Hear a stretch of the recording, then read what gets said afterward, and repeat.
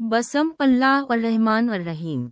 हज़रत इब्राहीम अलैहिस्सलाम अल्लाह के ख़ास बंदे अपने ईमान की बुलंदी की वजह से मशहूर हैं। अल्लाह ताला ने उनके साथ अहद किया, एक ऐसा पुख्ता अहद जो नस्लों तक जारी रहा।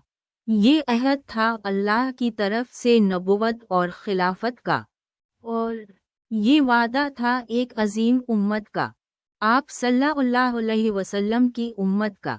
इस अहद के ज़रिए अल्लाह ने हज़रत इब्राहीम अलैहिस्सलाम की औलाद को बरकतों से नवाजा। उस पाक अहद की याद हमेशा हमारे दिलों में कायम रहनी चाहिए। ये अल्लाह का करम था कि उन्होंने हमें भी इस अजीम अहद का हिस्सा बनाया है। अल्लाह ताला हमें हज़रत इब्राहीम अलैहिस्सलाम की तरह अमानतदार और अल्लाह से मोहब्बत करने वाले बनाए।